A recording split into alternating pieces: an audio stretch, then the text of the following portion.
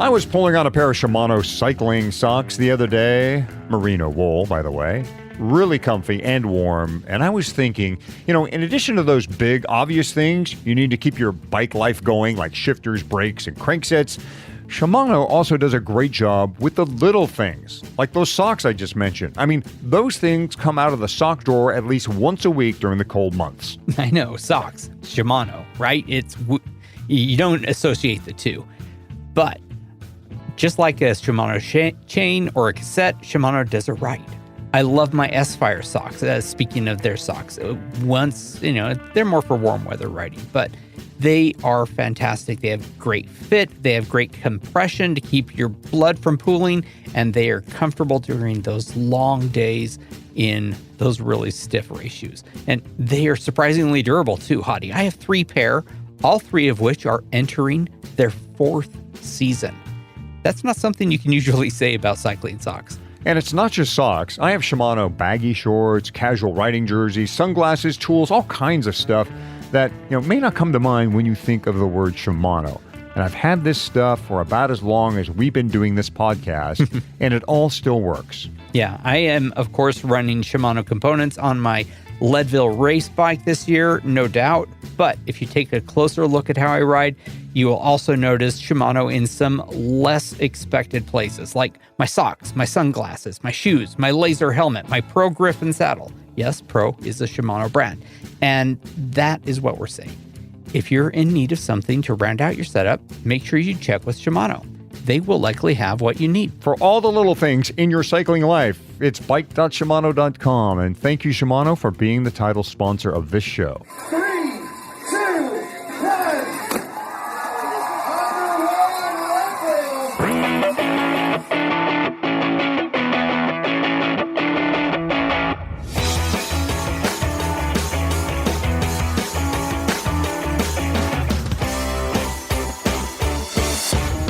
Leadville, the podcast for the 100-mile mountain bike race presented by Shimano. Find them at bike.shimano.com. This is Season 6, Episode 7 of the show that breaks down, builds up, gets you ready, and freaks you out for the highest, hardest one-day mountain bike race in the country. I am Michael Houghton, Hottie to most. And I am Fatty. In Episode 6 this season, we heard from 2 of the youngest riders who lined it up last year. So we figured it's a good idea to flip the script and hear from the oldest finisher as well. I mean, what is fair, right? So Dr. Dan Smilkstein is our guest this time. And again, just like with the Wiggins brothers, Dr. Dan has a lot to share and some great tips from a Leadville vet. We love having Envy around as one of our sponsors, and it's nice to hear that many of our listeners have put Envy wheels on their Leadville mountain bike builds. The M5 is just an ideal wheel set for the LT100. It sure is, but we get it, and so does Envy. The M5 is very high-end, and it has a pretty high-end price tag.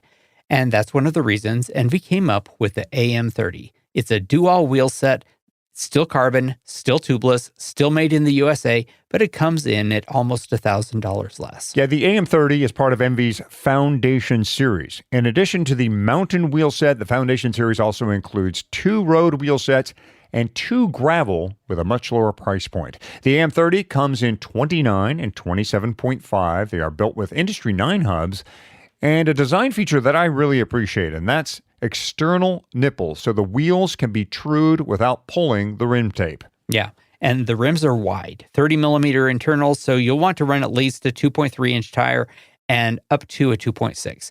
Is the AM30 the perfect XC wheel set? No. But it is going to be great for everyday use for all your training. Your purchase also includes a tubeless kit with 2 tubeless valves and a roll of rim tape. You can learn more about all of Envy's wheels, including the Foundation series, at Envy. That's ENVE.com. Yahoo! What is a good strategy for staying ahead of the cutoff times? What do the experts say about sleeping effectively at altitude, and what do you each do? For Leadville, hardtail or full suspension? Yeah, good question. Okay, welcome back to the LFAQ segment of the show. That's Leadville Frequently Asked Questions, where Fatty and I answer, or at least attempt to answer, those questions that have been hanging over your mind for so many months now. And the one we're going to tackle this time is somewhat related to the no aero bars rule announced by Lifetime. As a reminder, any kind of bar extension, aero bar, bar ends, they're not allowed at the Leadville 100. The one problem with the rule is it takes away some of the alternate positions some riders like to reach for. So, Tony Doltz wants to know, do many people add padding between the stem and the controls to provide a place to rest your forearms for an alternate grip position? And if so, what are people using for padding or wrap? Yeah, well, I've never done this at Leadville, at least, or anywhere. So my answer is based on observations, Fatty. And yes, racers do this. Generally, what you see is either something like the ESI silicone grips or bar tape put there between the stem, where the stem grabs the bars, and the controls themselves. Getting the grips on, those ESI grips or any grips, will probably require splitting the grip lengthwise to get around that bulkier portion of your bars, and then securing those grips with electrical or finishing tape of some sort. I've also seen, drop bar tape used in this area. It provides kind of a neater look, but that silicone grip situation can offer much more padding if your intent is to rest your forearms in this area. But assuming that aero position, Fatty, without extensions to grab onto, is a real pro move, and I don't think I would recommend that. Have you ever tried it? No. And I won't. I change my hands position often, but it is really uncommon for me to want to be far enough away or to be far enough away from other racers that I'm willing to be far away from my brakes.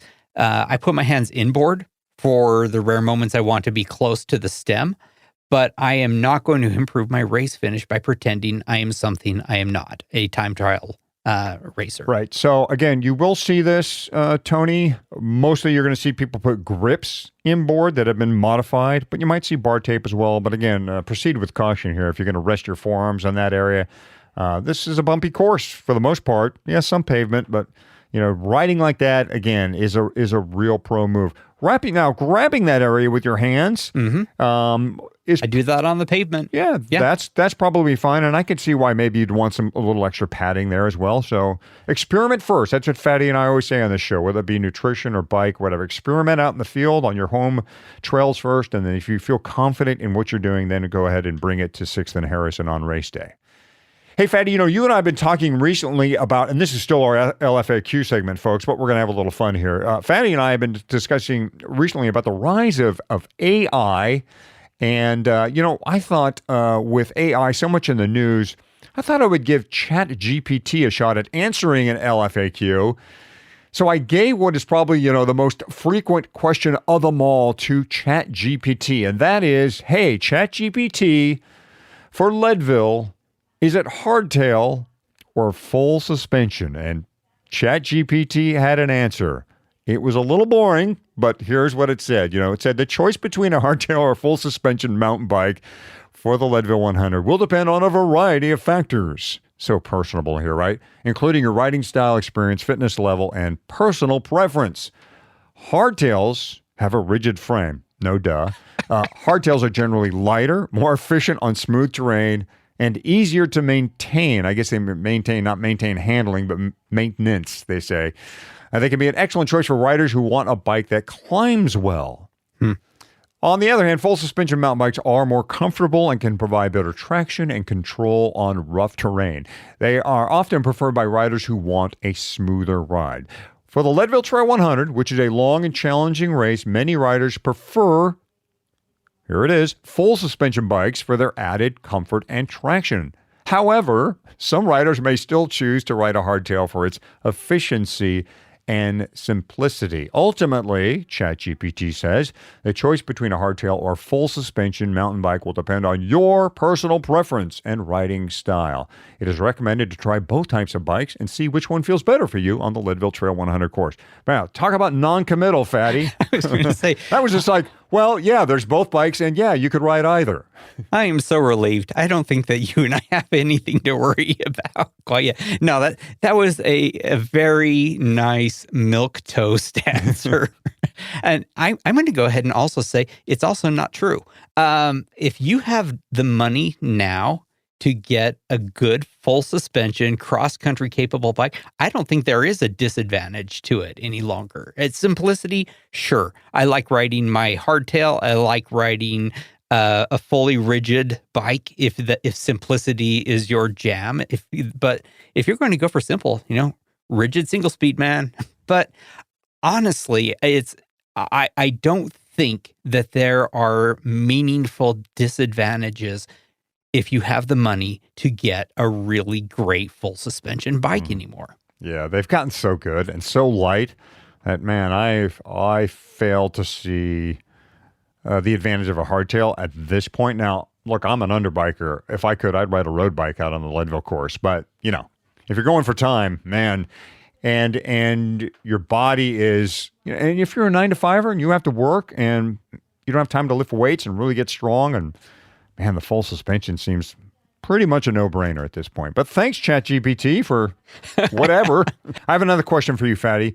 Do you ever use those gel flasks? I have. I have used them, and I have opinions on them. I think that they are a matter of preference. I sound like ChatGPT now. There are pros and there are cons. But no, for sure, they are a great way to carry a lot of calories in a pretty small container without having a bunch of wrappers gumming up the back of your jersey. The reason I brought it up is I saw that the feed is offering free flasks, gel flask, with every purchase of Endurance Tap Energy Gel, and it's made from Canadian syrup, by the way. I love the flask for race days, road races, mountain bike races, Leadville, whatever. I love being able to pull that flask, get my gulp of energy, and not have to fuss with the packages. Those gel flasks are real popular with the tri-crowd, in fact, and many cyclists love them as well. In fact, I'll tell you another reason why I like gel flasks, and that is no empty wrappers in the jersey pockets. This is one of the jobs I have when feeding you, is emptying your pockets. And I'll tell you what, reaching in, it's a sticky mess. Yeah, I always feel like I owe you an apology after the race, Hottie. I feel bad about it. I should give you a pair of surgical gloves or, some kind of latex gloves just for while you were crewing, because it is such a mess. I guess if I went to the flask, I could sort of save you a pretty gross a pair of moments as you crew for me. Another thing about those used wrappers is if you forget to discard them, which I have, 4,000 times in my life before you take off the jersey, that wrapper winds up in the wash. You, in the end, have a semi-clean jersey and a real clean wrapper. It's not a great combination. Yeah, I don't know how many times I've seen Mrs. Hottie reaching into the dryer or the washer and pulling out something from Goo or some other, energy gel company and going, "What's this?" And I go, I had it out on the ride or something. Say, how do flasks do when they've been through the washer? I don't know. I have to ask ChatGPT that question. I don't know. Say, if you'd like to try a flask, I should say, for your feeding, check out that free one from the feed. And the one from Endurance Tap is not the only one the feed has on its site. It's just if you need more than one, in fact, or two, the feed has one with its logo on it, made by HydraPack. And then, of course, the feed has other brands of bulk gel, like from Goo. And while you're at it, make sure to claim your $80 annual credit at thefeed.com/Leadville. Register your email, verify your phone number, and then spend your first feed credit of $20 right now. All right, our guest this week is someone who, at least on paper, appears to be taking advantage of every minute he is on planet Earth. In addition to all the Leadville Trail 100 age category wins he has racked up, he also skis both alpine and cross country, ice climbs, mountaineers, snowshoes, plays ice hockey, rides an off-road unicycle. He's a doctor. He ran a medical clinic in the Steamboat Springs area. He's a dad and he's a granddad. This guy, he's our hero. Dr. Dan Smilkstein is our guest. And yes, we said grandfather, in fact, 4 times over, who last year at 72 was the oldest man to finish the 2022 Leadville Trail 100 and shows no signs of slowing down.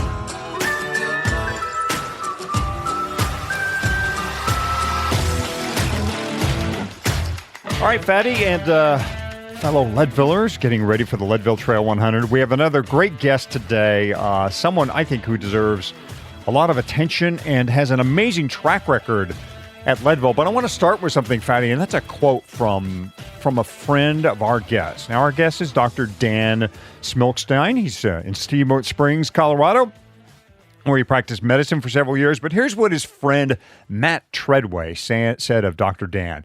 He said, Dr. Dan is unfazed with what the rest of us lose sleep over. He is so freaking all in on whatever he does, whether it be his medical practice or ice climbing or presumably the Leadville Trail 100. He is just able to keep his cool at all times. Dr. Dan, you're in your 70s and you're being described as cool. That must feel pretty darn good. Oh, well, yeah. I mean, I pay Matt well, you know. Now, he's been a good buddy and ice climbing partner for decades. But at least, you know, it's how you look, you know, that's important, right? So no, I don't get shook up real easily, but I do like to get excited about things. So what's your demeanor right? You've done 12 Leadvilles. What's your demeanor like at the start line? If I were to walk up to you, would I find that cool guy, or is there some tension going on? How would I find you? I'm getting cooler, yeah, more philosophical. I mean, I definitely would, you know, try to plan out everything to a T, and there was that, you know, anxiety. I always felt like if I wasn't getting a little bit anxious, I wasn't going to perform well. So, you know, I'd get a little wired up and might not be like, you know, like loquacious and want to interact with people a ton. But no, now I'm very, you know, gotten very relaxed. Can you tell me when did you do your first Leadville 100? Well, year one, 1994. So year one, the first Leadville 100, you were there for the original? I was there for the first. Yeah, it's kind of part of my MO. I would search for unusual events, endurance-y type events, something a little, you know, off the beaten path. That just fit the bill. So I go, I got to go down to Leadville, see what this is all about. How did you find out about it? That was Leadville's first year. Did they have much promotion going on? I'm not sure. You know, I had been doing some mountain bike racing, so I have a feeling that it came through that way. But that's a good question. So who knows? Through the grapevine. Well, it sounds like you find new things and do new things all the time. Although I obviously am kind of grabbing on, you know, it's not often that we get to talk with someone who was one of the original racers. So, I mean, tell me a little bit about your bike build for year one, if you can remember that. Oh, absolutely, I can. Yeah. It was a Diamondback, and it had, I think, 1.5 inches of front travel, none on the rear, 26-inch tires. Of course. And because I had never, I think I'd ridden a 35-mile mountain bike race, you know, probably the Fat Tire Festival down at Crested Butte. But I was terrified of sitting on a bike, and I had no idea how long, you know, whether it'd be 10 hours, 12 hours, 9 hours. And so I bought a Spenco seat cover, which probably weighed as much as a modern mountain bike. Now, probably 2-pound saddle saddle cover. Mm-hmm. And just, you know, got out there and rode. And it was I remember it being actually a really kind of fun but painful experience, as it still is. And then what did you ride in 2022? Then a specialized Epic comp, but pretty Evo, with a fair amount of titanium on it and carbon fiber, and mostly carbon fiber. Yeah. But so with full suspension, of course, and a little more raked out and very comfy. Now, you went on to ride the first 8 LT100s, is that right? Yeah, year one, I think there were 150 registered, 140 something started, and I know 120 something finished. And I was like 24th. So that's not too bad. And year two showed up with actually Moots. I got sponsored by Moots, and so I had an IBB.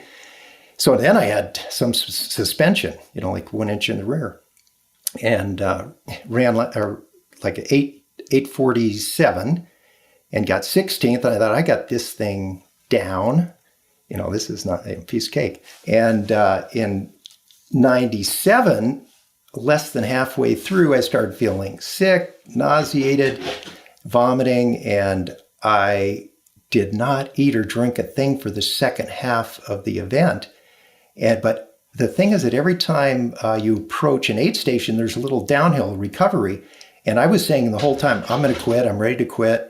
And then I would get to the aid station and be a little recovered, and I'd keep going. And that happened throughout the whole thing. And going up the hill back to St. Kevin's, I mean, I got down, laid in the woods, and I was actually, you know, because I've got a little medical knowledge, I was thinking about, there was a story about, getting rhabdomyolysis and, kidneys failing. But I kept going, and I finished in 9:45, and I thought, well, that's pretty bad. But it turned out it was still the first in my division. And it happened to be a year, it was hot. I mean, there were 3 people under 8 hours and, 30 under 9. And so whatever, it was, a lesson about keeping going, but it was also stupid. And it really is true. I mean, nowadays, of course, there are going to be a couple hundred people who finish under 7 hours, Yeah. right? Yeah. Back then, the winning, I remember a good friend of mine was the winning female, and she finished with a 9:47, right? So this race has not always been, the most elite of the pros, and a normal person could win their category. And I understand you've won more than one category. I would love to hear about those. Oh, yeah. No, so I guess I've won my age group 5 times throughout each of those decades. Up to my 70s, I did make that a goal. I mean, I would tell people starting a year in advance, I was going to win my division, even though, I'm not that arrogant, but it was, got that in my mind at least. And yeah, so it was, it's a tremendously fun thing. And it obviously is nice, and sometimes sort of expected, sometimes total surprise, like that 9:45. You've won the 40s, 50s, 60s, and 70s. And one of those age groups you must have won twice, because we see 5 first places right there. Actually, back in my 40s. Really? Yeah. Well, yeah. So I had, I did those first 8 years.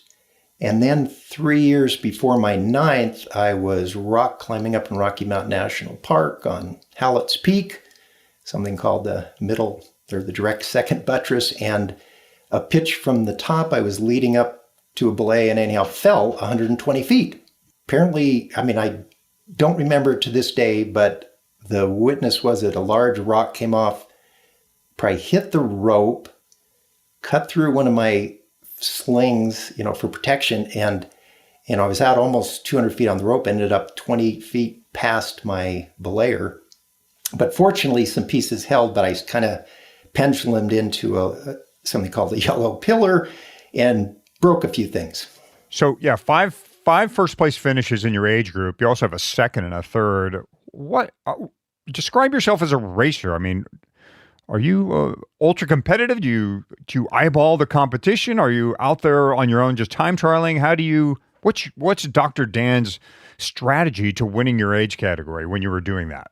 I would say time trialing, because it's hard to identify who's in your group. I mean, if you're one of the front racers, you know who's there, who's up front. The only way I know is people coming back, on the reverse. So, although the last couple of years, because of the great timing, in software, I've had my son out there, and he says, you're either up or down, or, where people are. So that's the only way I know. But no, otherwise it's a total by the feel. So do you wear a heart rate monitor? I wear a heart rate monitor, have a power meter. This last year, I turned everything off, and I said, I'm just going to, I've kind of done my goal for my 70s. I'm going to see how comfortable I can be. And I thought maybe, by staying in my zone all the time, I would actually do better. And I didn't look at my clock. I didn't know how long it was until I crossed the finish line. So you tracked your heart rate, but you didn't look at your heart rate as you rode. I didn't look. I was collecting data, but didn't look at anything. I had it all turned off. I'm a big fan of that approach as well. I also will collect data because I'm interested in analyzing afterward. But in the moment, it doesn't really help to know that what that is. But I am very interested. You were 72 doing the Leadville 100 last year. What was your maximum heart rate for the day? I have a very low heart rate. My resting is down around 40, 42, and my max is at 145. And so my average was around 120. That's interesting. So you have a low floor and a low ceiling, and so you spent most of the day at around 120. I'm just trying to extrapolate there and go, how does that equate for me? Because I'm as a guy in my mid 50s, I spend most of the day at about 145 to 150. I think that's pretty equivalent to where you are, just percentage wise of where I was in terms of sweet spot. But Well, before you leave that, Fatty, Dr. Dan, medically speaking, why are you the way you are? Well, I think that it's definitely a genetics, maybe training over, a lifetime. I was a runner for 45 years before I started really, transitioning over to almost exclusively biking. But I don't know, it's probably more a genetics thing, because even people I know who train hard and are in excellent shape, they're usually not seeing those kind of heart rates. And the normal trend is it's going to drift, your base is going to drift upward and your max is going to go downward. So your reserve, your aerobic reserve there is going to diminish. Right. And when you say genetics, do you mean stroke volume? Is that what you're talking about? Well, stroke volume would be part of that cardiac output. And, okay. Yeah. And that reserve is your stroke volume times your heart rate that you can increase. I want to get a little bit of a sense of the delta in how you feel. That's not as quantifiable as heart rate, of course, although I am interested if you happen to know what your normal or average heart rate was during the race when you were in your 40s versus in your early 70s. But how does your day go now versus 25, 26? How many years ago? 28 years ago when you did this the first time? So I feel, actually at the finish, I feel better now. I mean, at 71, when I finished, I was like, wow, I really feel good, which probably is more a function of not pushing as hard. Again, maybe back to the philosophical part, like, why am I, doing this, and sort of more, experience it. But I also found this year when I went slower and I tried to just stay mellow, I think I felt just as tired or worse at the finish. Now, there's a lot of things that could factor into that, but I don't know. Sometimes it's probably good to not spend as much time out there. Give us your best day at Leadville, and then describe for us your toughest day there. Well, I mean, I'd really say my best day, and I think it might have been 2000, and it wasn't that it was a super great time, or did a 9:06, and it was freezing rain, if that's a year. I mean, it started to sleet. It was miserable, but for some reason, I just got into this comfort zone. I'd be shivering on the downhills, naturally, and then I would just start pushing on the uphills to warm up, but I felt good. And I was so happy with that. Plus that, what's the finish, not Broadway, but, that long uphill dirt. Yeah. Oh, Boulevard. Sure. Yeah. Boulevard. Right. It was turning to mud, and I got through it before it turned to total mud, because the people after that suffered. But when I finished, I just felt like I felt good the whole way. So that was your best day. It sounds like a tough day too, but what was your toughest day on course? My toughest day was my sick and dehydration day. I mean, just as far as feeling bad. But I was thinking back, and I mean, overall, I've had 3 challenging mechanical days and 1 sick day. So that's 30% of my races. Well, it just means it can be tough, but I, got things sorted out. I mean, one year it was back in the days of, side pull brakes, cantilever brakes, and my rear, I broke a spoke, and it was so out of true. I just undid my rear brake, and it's when you had to descend through the stream bed with boulders, and descending with just a front brake is kind of crazy. But at that point, I was able to ride most of the rest of it. But that part, it was just over the front, if I touched the brakes. So I ended up walking, and people were riding this downhill, and that was a little frustrating. And then what's your fastest lap around the place? 8:46. 8:46. Was that your 16th place overall? I know your highest finish. No. Oh, no. So yeah, I thought, well, 16th place. And the next year when I had my 9:45, I was 71. And then next year I was 8:46 and was like 40, 43. But that, I mean, every year it was the number was doubling. The quality of the riders was improving. It was getting faster. So 8:46, and you're a perfect 12 for 12 there, right? 12 starts, 12 finishes? Yeah. Wow. Yeah. So you got one of them big belt buckles, you and Fatty. Oh, Fatty's got the 20, but you've got the 1,000-miler. I don't think I'm going to make that. You don't? And by the way, they have the 70-plus age group, but there's no 80. Right. And there's a couple of people I know who, are going to protest when we get there, if we get there. Yeah, the age group you race in is 70 to 120. 100. That's right, 70 to 120. So I don't want to have to wait to 120. I was pretty good at. I had a 10-year gap in there when I did my my fall and then recovery, and then decided, well, I got to do 10 of these, and so I came back at 61 and 62, and then again at 71 and 72. Yeah. But I don't think 120 is going to happen. Well, Lifetime has to, I guess, get with the program. I mean, the baby boomer generation keeps moving and keeps rolling and keeps lining up for races. That's right. Pharmacology, who knows? Well, I am happy to sign to sign the list that says there should be an 80-plus group. All you got to do is do that first one. I mean, you've got 12 finishes. You're 72. You could get your 20-year buckle the year you turn 80. That would be pretty cool. And that does bring up a question. Are you back in it for 2023? I'm not, because we're gonna go to that wedding up in Canada. So that's where my wife is from, and so she has a great niece who's getting married.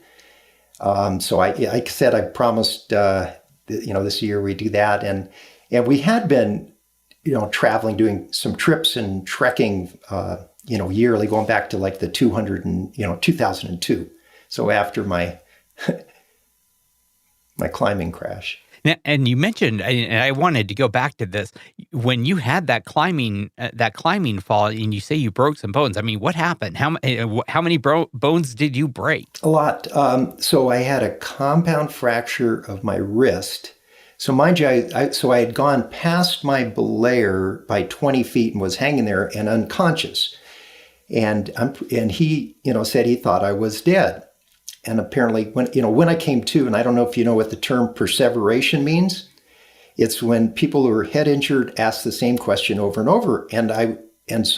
He was calling down, and I said, what happened? And he said, you were climbing.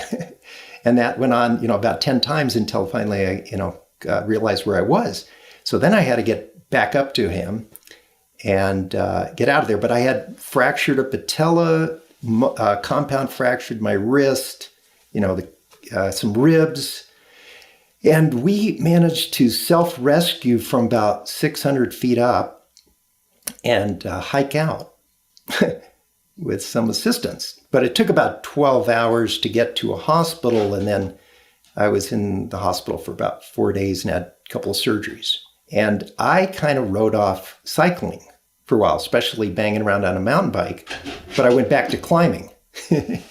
Intense. That tells you something.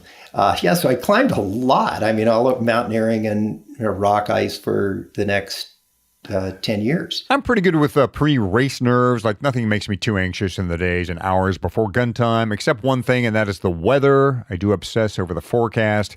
Getting caught out in some rain or hail or snow really works me up. And it's really dumb because there's nothing you can do about the weather except one thing, and that's prepare for anything. Yeah, you can only do that one thing, but that one thing is an important thing.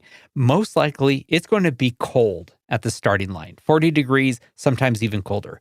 It gets colder as you head out of town with that wind chill. It can be literally freezing cold, but usually the rest of the day is nice. And by the end of the day, you're in a short sleeve jersey and your bib shorts, and that's about it. But it's the Rockies, and weather can and has gone sideways. So for those just in case situations, check out DNA Cycling's outerwear section.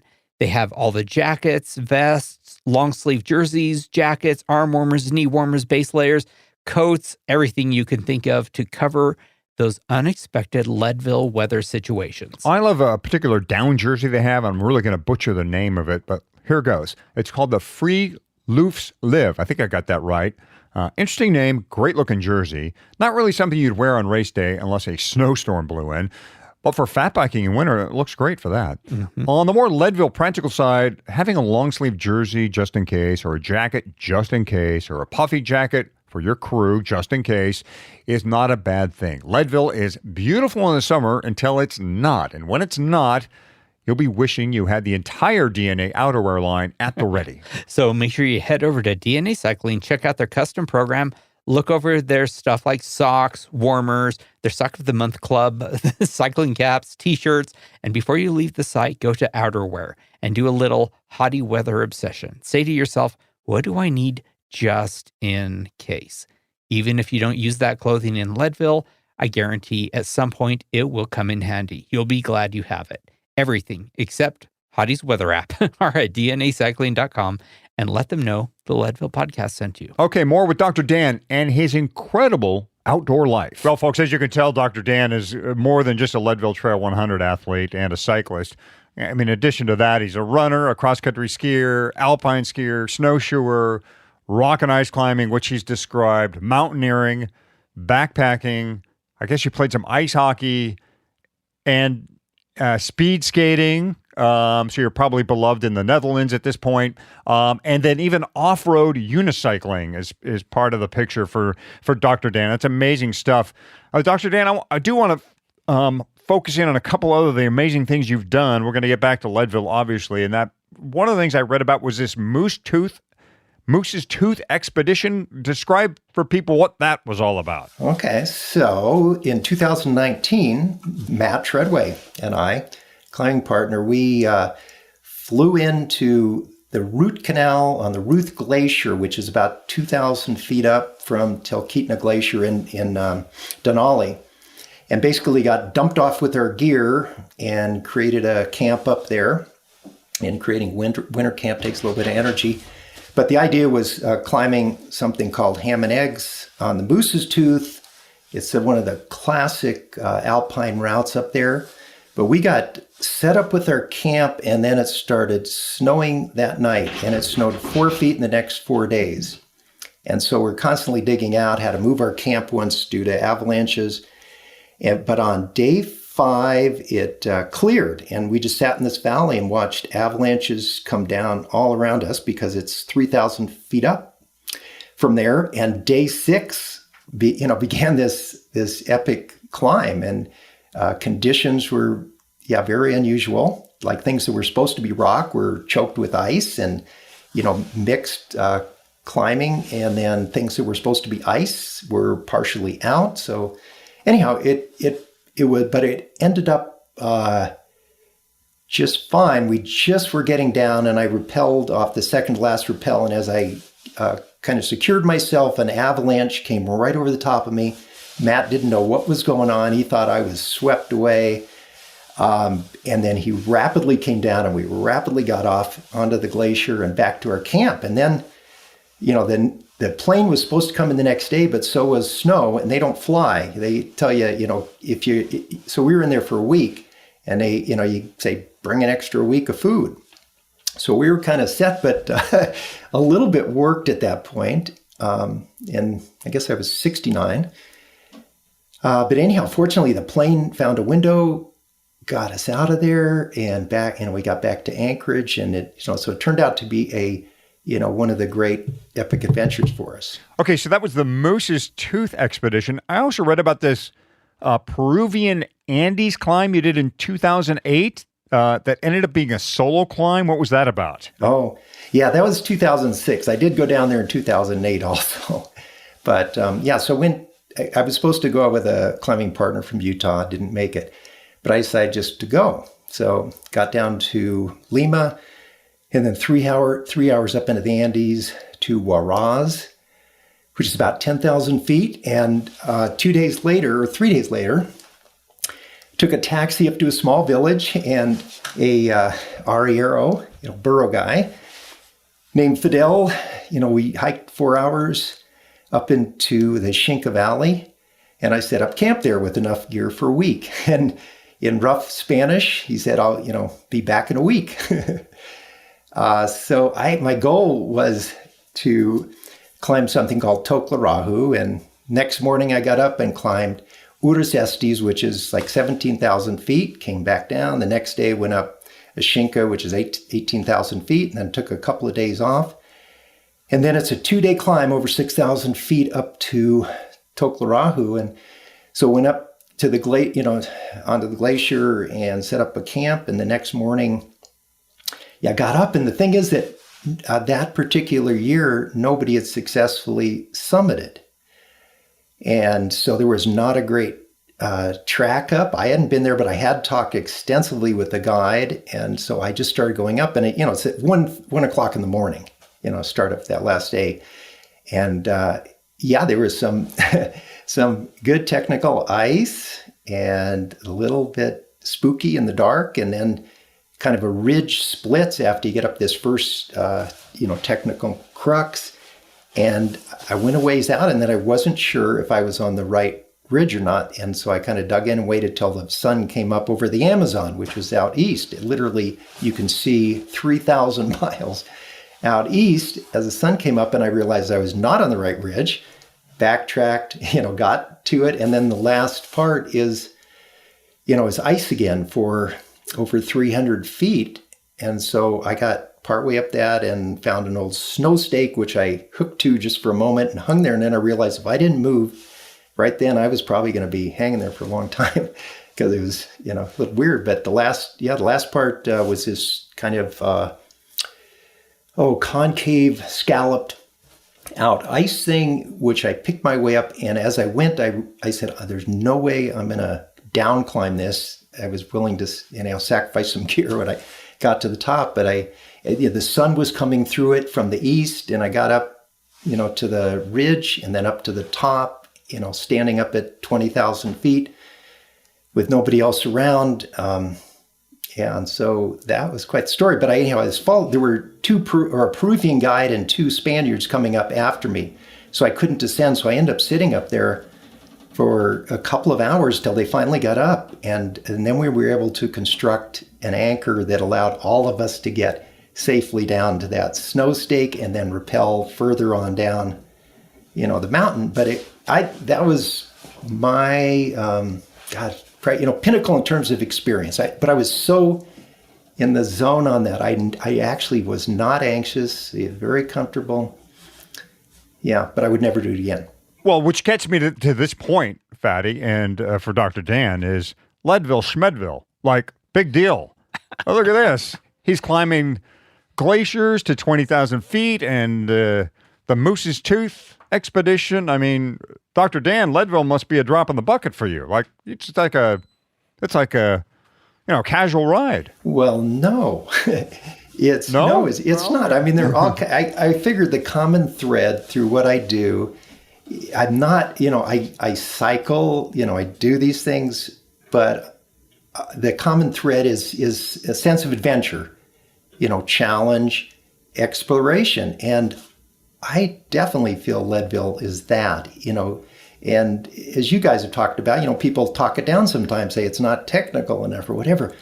But I tell you, no matter how you approach it, it is hard, and you don't know what's going to happen. I mean, you may, hopefully you don't die out there, but things like finishing aren't guaranteed. There's so much that can go on, and you really do. It's a cliche, but cliches are true, that you find out what your limits are and you go beyond them. That actually was kind of my question is Leadville a different kind of itch that you're scratching than mountain climbing, ice climbing, rock climbing? But it sounds like in a lot of ways they are similar, that it is the can I do this question that you're addressing regardless of what you're doing. Yeah, so those things are true. And it is different. I mean, things like rock and ice climbing, mountaineering, they are slow, meticulous. You might be moving, I would say, like at high altitude, I'm actually fairly fast, but I'm moving really slow, but I can keep going. Things, like bike racing, Leadville, you're trying to push stuff, and that, those downhills, they're fast. and you have to be reacting a lot more. I mean, I feel like when I'm climbing, I got to be under control. I mean, I'm under control biking, hopefully, but there's a lot that happens very quickly. I want to ask a little bit about preparation for the Leadville 100. I mean, you've prepared in your 40s for this race, and you've prepared in your 70s for this race.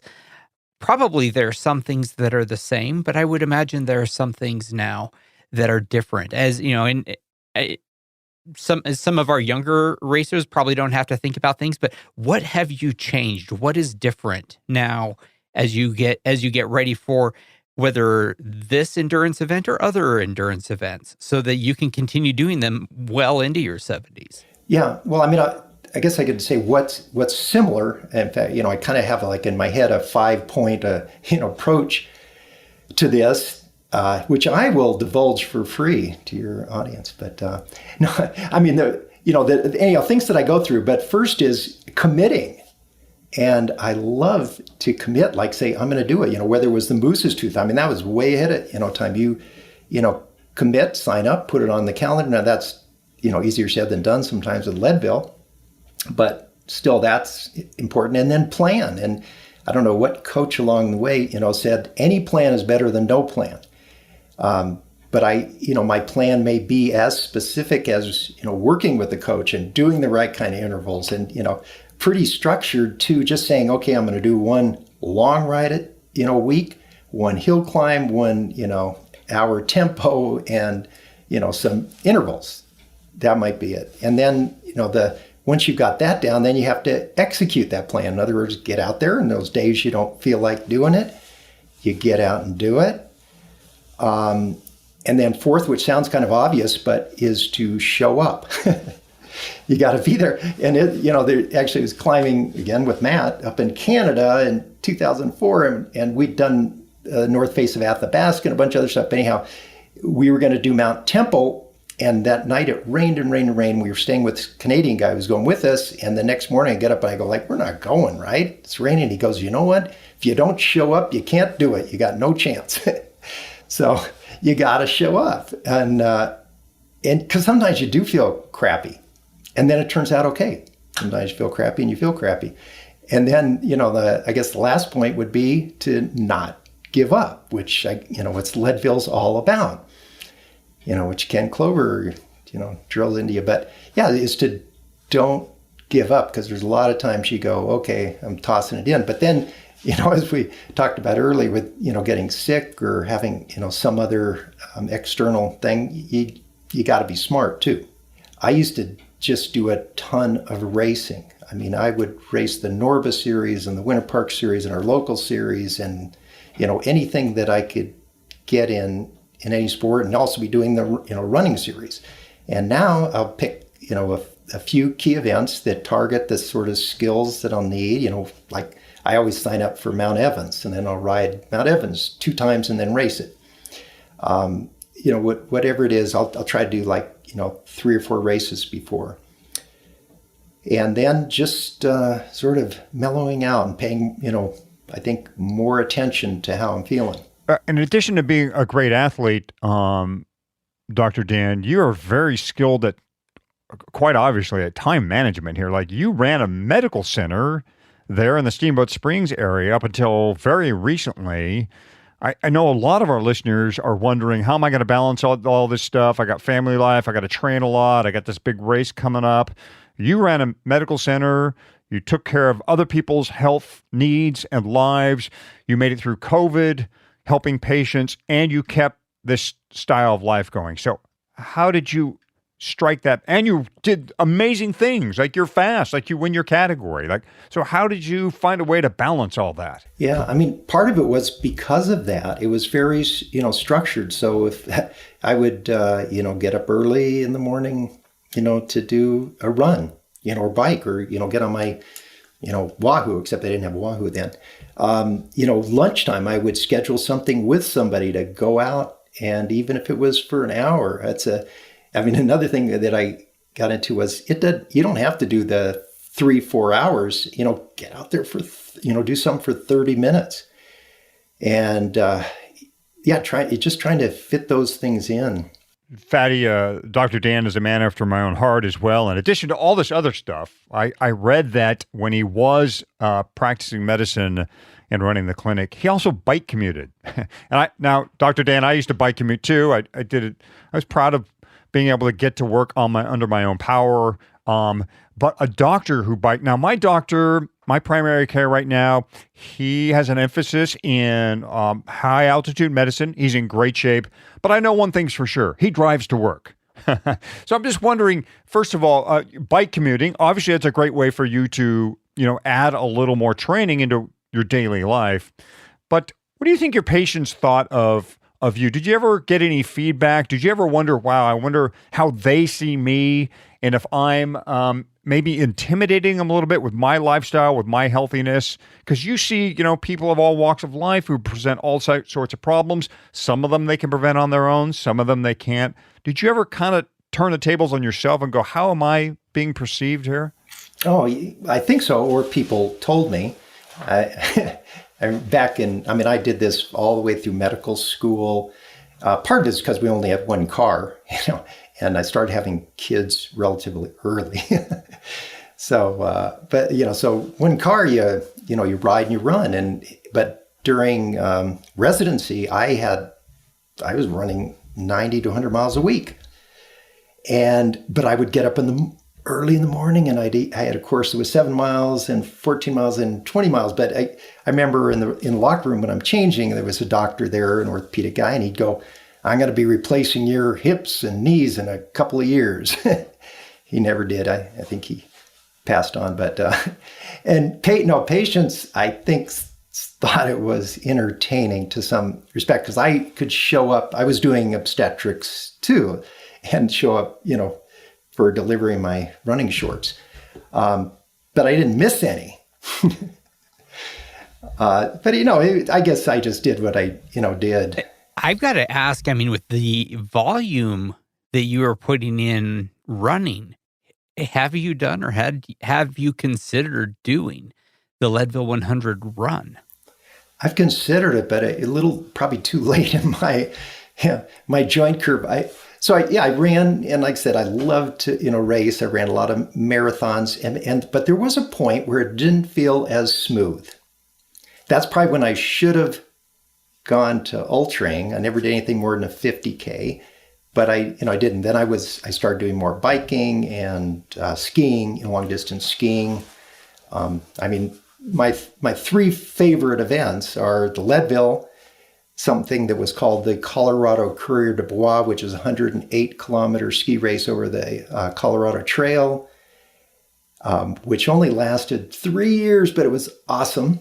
And then the Mountain Man Winter Triathlon. I don't know if you remember that, but it was you'd ski up over Beaver Creek and then back down to the bottom, and then you'd snowshoe up Beaver Creek and then up Arrowhead and then hit Nottingham Lake and then speed skate for 20 kilometers, which was my only secret weapon. So that's the only event where amongst everybody I actually did really good. Like the people, in front of me one year, I remember looking at the award because there were 5 people on the podium. It was Clint Roberts and Skip Hamilton and Dawes Wilson and Andrew Bozell. And I'm going like, what am I doing here?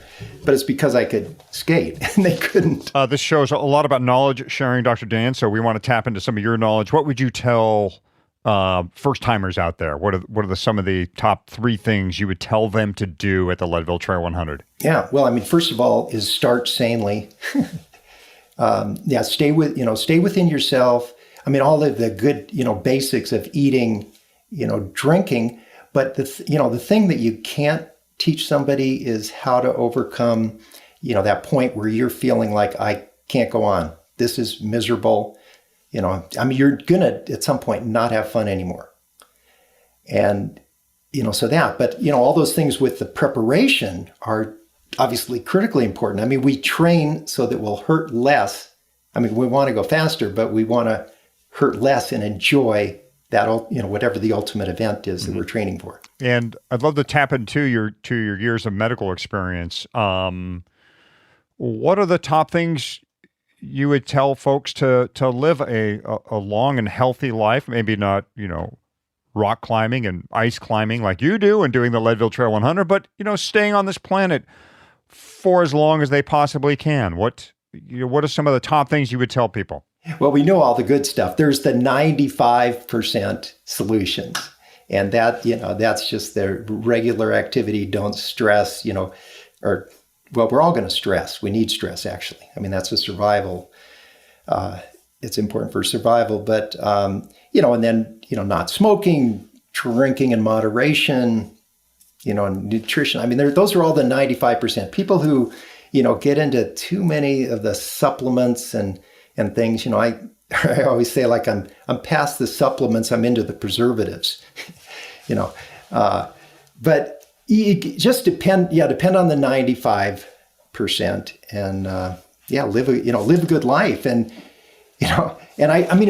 sometimes we do take ourselves way too, seriously and get stressed. I mean, I've been watching those Lifetime Grand Prix series. And one thing that I pick up on is how stressed and depressed a lot of, the people are. I mean, I think, it's like Kurt Vonnegut said, listen, we're here on Earth to fart around, don't let anybody tell you any different, so like, you should be having fun, but, we obviously like to do more than just fart around, but, that ultimately that's it. So have, I just say, have fun. If you're not having fun, and I said the same thing with my work, if you're not having fun at work somewhere along the line, you shouldn't be doing it. I think that's the best advice we've ever had on this podcast. We're always talking about the very prescriptive things so that people can have a successful day on the course, and that is great. But if you're doing it and you're miserable, then what are you doing here, man? Do the race, and don't forget to, and Hadi, you and I have talked about this, and I think every year we say, as you are climbing Sugarloaf, make sure you lift up your head and check out the view, because it is incredible. Don't forget, this is what you've spent the whole year dreaming about, and it is amazing. Have fun. Dr. Smilkstein, that is great advice. So what's next? I mean, obviously, the big thing this year in 2023 is the wedding. That's fine. 2024, what's coming up? I'm leading you to say I'm going to be racing in Leadville in 2024. Well, it could be 2024 or we'll be on my 75th. So what kind of, see how things evolve here. And like I said, my wife and I like to, get out and do trekking. After Leadville last year, we spent September in Switzerland, and that was part of an ongoing quest to do the world's most beautiful trails. But I'm not, I don't know, for good, better or worse, I'm not hooked in to doing the event, even though I love the event, but I want to come back. I also finished, the last 2 years going like, I want to do this again. Thanks again to Dr. Dan Smilkstein. He is a real doer. Fatty, we failed to mention what could be Dr. Dan's most amazing stat, and that is he has delivered an estimated 600 babies. I mean, wow. Wow, yeah. Amazing guy, great conversation. Let's just say, before I feel any less of a man, let's wrap this episode. Hadi and I are on social media. On Instagram, it's at Michael Houghton. I'm at Eldon Nelson. Of course, we're both on the Facebook Leadville 100 mountain bike page. And if you want to have a real conversation, join our Slack channel. You'll find a link to it over at leadville.fm/Slack. If you like the show, go to wherever you listen and give us a 5-star rating, write a review. To see all the ways you can find this show, it is leadville.fm. Good luck in your training. Thanks for listening, and we will see you at the start line.